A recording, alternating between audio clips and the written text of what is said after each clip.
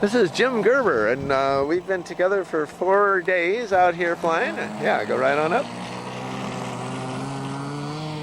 And you said you'd landed maybe about a dozen or maybe 2 dozen times, maybe 25 or 30 landings before you got here. Around 20 maybe. 10, 20.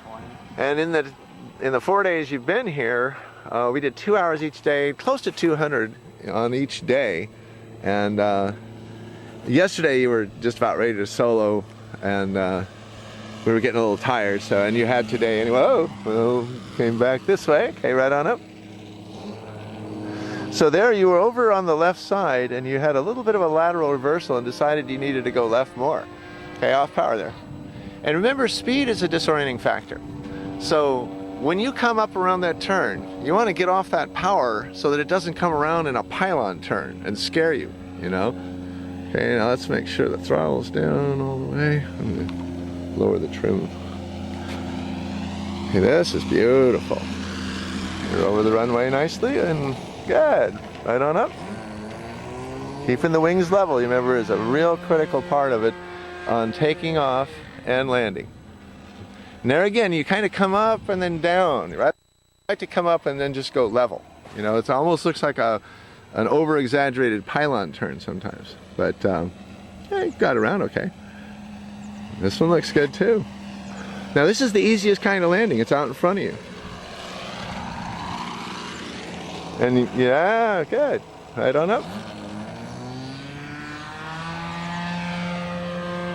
Good.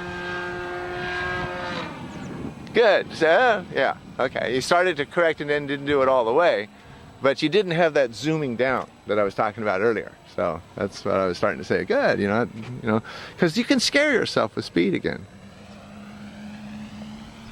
Let's do another little touch and go on this one, and then the next one, trying to land, short enough so that you can just taxi back. Okay, good. You saw the weeds. Good. Right on up. Very nice. A little less bank angle maybe. It's all, if you're already over at 45 or 50 degrees, and then suddenly you go the wrong way and go another 20 or 30, you could be on your back, just like that. And oh, careful of that tree there. And the airplane is idling a little high, so I think I got it down now. So, okay, go on up. Okay, good. Now taking the bank out. Yeah.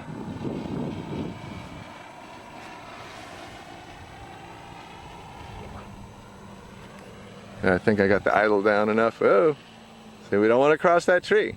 We were gonna maybe cross it, weren't we? We might have been inside of it. I was inside of it. Okay, but we don't want to take that chance. See, we start taking chances, and we could right on up. Yeah, we start taking chances, and we might be wrong. So you take any chance out of it by not crossing it. See, you don't say, "Oh, I'm inside now, so I can cross it," and don't do it. And if you do it, you will be saying 2 words that I always hear when people hit things. Those 2 words are "I thought." We don't think. We use the blue sky rule. It replaces thinking. Good, nice touch, nice. The blue sky rule says you never cross anything. Not those trees, not the mountains, not even the moon. We make an exception for the moon because it's more than 250,000 miles away. But other than that, nothing do we ever cross.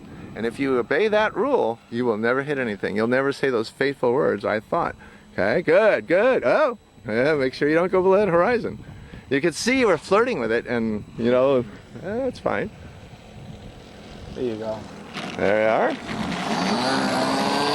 are. So now, you might ask yourself, why was I so close that I was almost panicking? When I got on the stick right there, I could feel you forcefully doing things. Late, and maybe too late if I hadn't been there. But why were you in a position to be so scary? And of course, this field is very tough. This is not an easy field. This is a tough field. When you get home, the field will be so much easier that you'll just find it easy to land. Okay, now a little left here, and we floated up there. Why was all that floating up happening? You got down to 1 foot, and then it floated up to 2 feet. Now there, sometimes new students will say, well, it just did that on its own. Well, guess what? You stop things that are happening on their own. Half of your job is to stop bad things. The other half is to make good things happen. So whenever anybody says to me, well, Ray, I think the wind did that, I say, you know what? I don't care if it was a poltergeist, an act of God, or anything. It doesn't matter to me. What matters is that you didn't fix it, and you got controls right in your hands. Okay? So, as a pilot, half your job is to fix things that are going bad. The other half is to just make the good things happen. You know? But if you've already made the good thing happen, what do you do then? Nothing. Yeah, there's that horizon. Sky blue? Yeah. Got close, but you can see her flaring nicely. Now it's coming into the right a little bit, so remember to go out that way. Good. And the out is, if it's on the ground and rolling, it's done with the left stick. There you kind of came up over the top, you know, rather than, if that's what you want to do, that's okay. But if it isn't, then don't put up with that. Whoa. There, we were low. And you could see our shadow. We were right over the berm.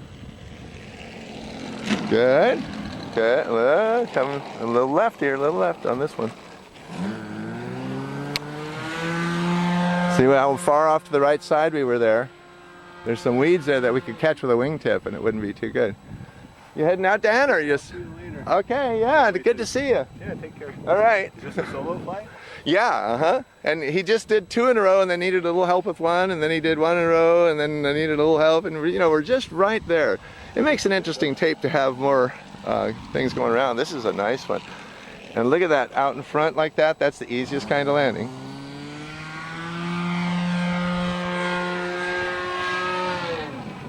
Good, see, you leveled off up that time without doing that zooming down thing that can kind of scare you. And just make sure you turn short of the tree. Good, very nice.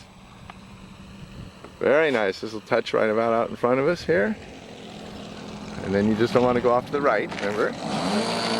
Good, and the next one, just bring it around like that, and then taxi back to us, and you've earned your solo certificate.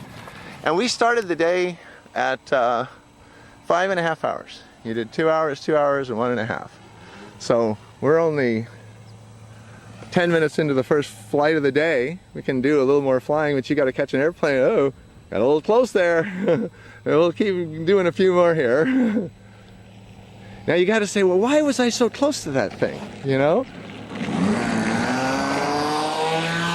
And it's almost like a moth to the flame. Why does a moth go right into the flame? You know? I mean, it's dumb when you think about it. Why did I do that? Why did I get so close? Okay.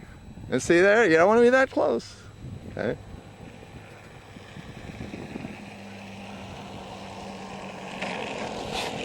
Okay. Go off the left there a little bit, but not... all the way on power. All the way. Let's get up and out of there. Powering up and going up is what's safe. So if you're out there thinking, well, I don't know, a little bit of thrust here. No, all of it. Let's get out of here. Let me go up around a little bit. Oh, okay. Yeah, let's just do a little bit up and away flying maybe. I wasn't comfortable right there. Uh-huh.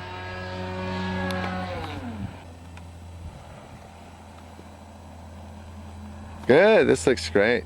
There's the nice gap below you. You can see the blue.